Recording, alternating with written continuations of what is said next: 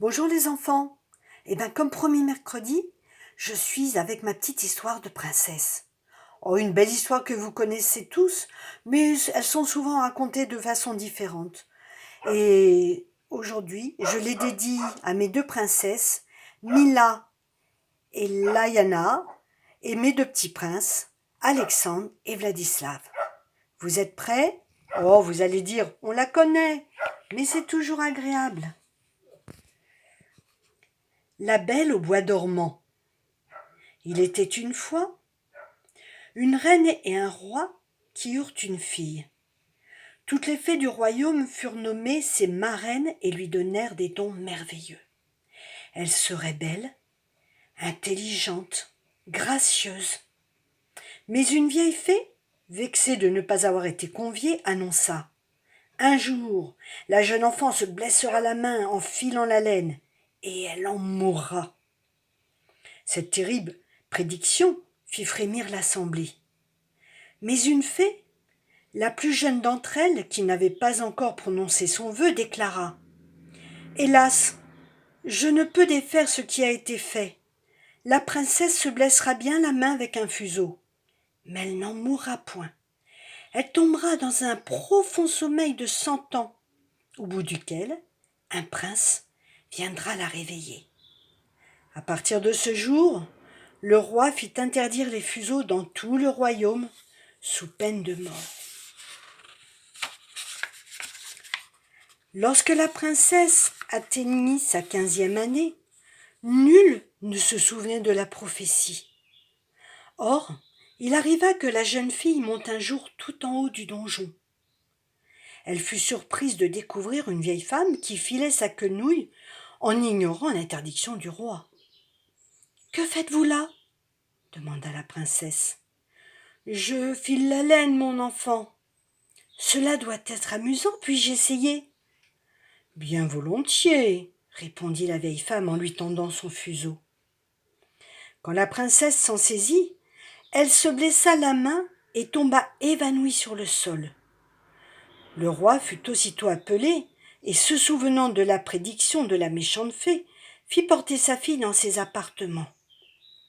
La bonne fée qui lui avait sauvé la vie bébé endormit le roi, la reine et toute la cour, afin qu'ils se réveillent en même temps que la princesse.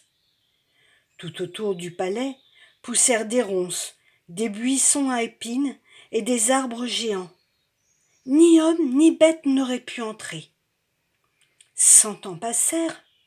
Un jour, le prince d'un royaume voisin s'égara dans la forêt alors qu'il chassait. Il aperçut avec surprise les tours du château et demanda à un vieil homme qui en était le propriétaire.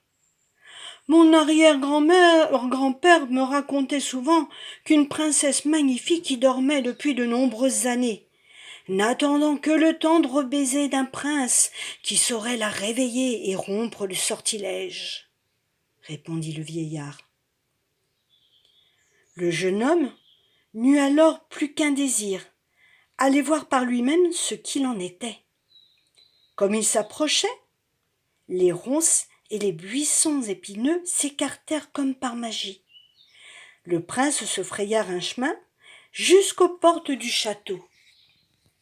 Lorsqu'il fut passé, les broussailles se refermèrent brutalement derrière lui. « Quel étrange endroit !» pensa-t-il en continuant son chemin. Partout autour de lui, les gardes, les domestiques et même les bêtes dormaient d'un sommeil profond. La vie dans le château semblait comme en suspens.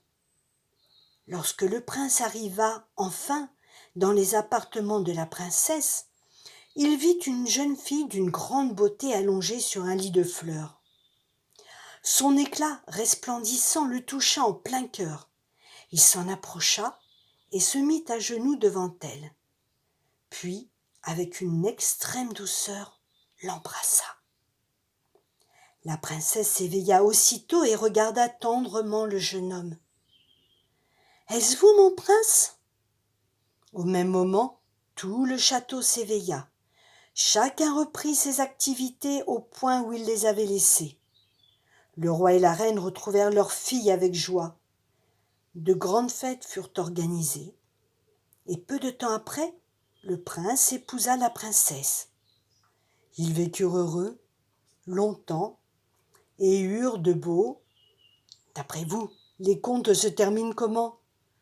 Eh bien, ils eurent de beaux enfants. Allez les petits loups, c'était ma petite histoire pour les princesses et les princes, même de l'école. Je vous fais des gros bisous.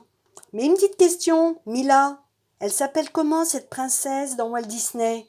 Ne serait-ce pas Aurore? Gros bisous à tout le monde. Au revoir et à bientôt.